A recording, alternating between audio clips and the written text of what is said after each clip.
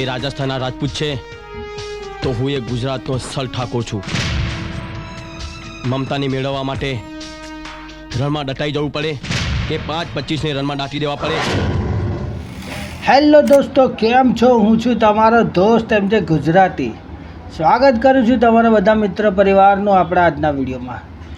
પહેલાં તો એ જાણીને આનંદ થયો કે ગુજરાતી ફિલ્મ ઇન્ડસ્ટ્રીમાં ઘણા લાંબા સમય પછી કોઈ ફિલ્મ 100 કરોડને પાર પહોંચી ગયું છે. તમામ લાલો ફિલ્મના ટીમને આપણે શુભકામના આપીશું. સાથે સાથે ગૌરવની વાત છે કે ગુજરાતી ફિલ્મ ઇન્ડસ્ટ્રીમાં હવે ગુજરાતીઓ પણ ગુજરાતી ફિલ્મી પડદા પર પાછા વળી રહ્યા છે. લોંગ સમય પછી ચાલ જીવી લઈએ ફિલ્મ 65 કરોડે પહોંચ્યું હતું અને પછી કોઈ ફિલ્મ આનો રેકોર્ડની આગળ નીકળ્યું ન હતું. પણ લાલો ફિલ્મમાં ખૂબ જ સફળતાપૂર્વક 100 કરોડની પાર હવે નીકળી રહ્યું છે. એટલે આપણે ગૌરવની વાત છે કે કોઈ ગુજરાતી ફિલ્મ હવે ગુજરાતીઓ લોકો જોઈ રહ્યા છે અને તેને નિભાવી રહ્યા છે. વાત કરી છે સાથે સાથે ગુજરાતી ફિલ્મમાં જે 100 કરોડને પાર પહોંચી ગયું છે, એટલે આ ઐતિહાસિક રેકોર્ડ તો છે જ, પણ 1998માં બનેલી ભીષ્મ પિતા તરીકે જેમનું નામ ડિરેક્ટરમાં લેવામાં આવે છે અને એમની એક સફર ફિલ્મ હતી દેશરે જોયા દાદા પરદેશ જોયા, જે તે સમયે 12 રૂપિયા 15 રૂપિયા ટિકિટના દરમાં 22 કરોડ રૂપિયા આ ફિલ્મ કમાણી કરી ચૂકી હતી. અને અત્યારની જનરેશન અત્યારના જો જોવા જઈએ ને તો 220 કરોડ રૂપિયાની આસપાસ થાય. પણ ગૂગલ એવું કહે છે કે અત્યાર સુધીની સૌથી રેકોર્ડ બ્રેક કમાણીવાળું ફિલ્મ જોવા જઈએ તો તે છે દેશરે જોયા દાદા પરદેશ. બધાને જ ખબર છે કે આ ફિલ્મમાં હિતેન કુમાર, રોમા માણેક, દેવેન્દ્ર પંડિત, અરવિંદ ત્રિવેદી, ફિરોઝ હિરાણી, રમેશ મહેતા, પિંકી પરીખ, ઘણા બધા કલાકારોનો કાફલો આ ફિલ્મમાં હતો અને ખૂબ જ લોકોએ આ ફિલ્મને જોઈ છે. ઘણી વખત લાંબા સમય સુધી જોજો કરી છે. કદાચ એટલે જ આ ફિલ્મ 22 કરોડ રૂપિયા સુધી પહોંચી ગઈ હતી. અત્યારે વાત દેશરે જોયા દાદા પરદેશની એટલા માટે કરી રહ્યો છે કે હવે તમારા નજીકના સિનેમાઘરમાં ફરી એક ફિલ્મ રિલીઝ થવા જઈ રહી છે, એટલે કે પ્રીત જન્મો જન્મની ભૂલાશે નહીં.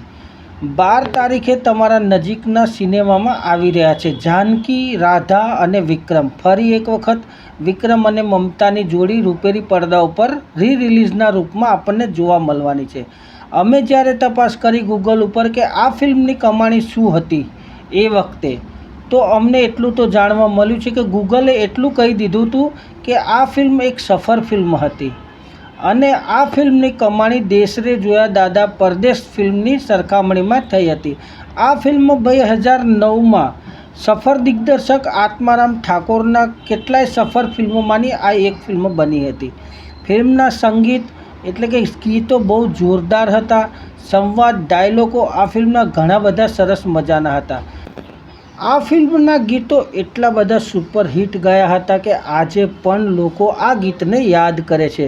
અંતર કેરી આશા અધૂરી, પ્રેમ વિજોગણ ભટકે છે, પ્રીત જન્મો જન્મની ભૂલાશે નહીં, શંકરિયા મામા, મરીડાવાળું મેરડી માતાજીનું જે ગીત છે આ ફિલ્મમાં, આવા બધા ઘણા જ આ ફિલ્મમાં 7 થી 8 સોંગ છે. રાજસ્થાનનું લોકેશન છે, આણંદનું લોકેશન છે. આ ફિલ્મ ઘણું સુપરહિટ એ વખતનું બનેલું હતું ને આજે પણ આટલા વર્ષો પણ પછી પણ લોકોના હૈયે હજુ પણ ગુજરાતી ફિલ્મનો વિક્રમભાઈનો આ ફિલ્મમાં બોલેલો ડાયલોગ હજુ પણ યાદ છે. સાંભળો તમે. કે ઠાકોર 100 જન્મ સુધી નથી ભૂલતા વાલ કે નથી ભૂલતા વેર. એટલે આ ફિલ્મ ફરી રિલીઝ થવા જઈ રહ્યું છે નજીકના સિનેમાઘરમાં. ફિલ્મની સ્ટોરી બધાને જ ખબર છે. આ ફિલ્મ આજે પણ યુટ્યુબ ઉપર અવેલેબલ છે, પણ જે રૂપેરી પડદા ઉપર જોવાની મજા જ કંઈક અલગ છે. તે ફરી આ સમયે હવે રિલીઝ થવા જઈ રહ્યું છે, તો બાકી હોય એ અને જેણે જોઈ લીધું છે તે પણ ફરી એક વખત આ ફિલ્મની મજા માણી શકશે.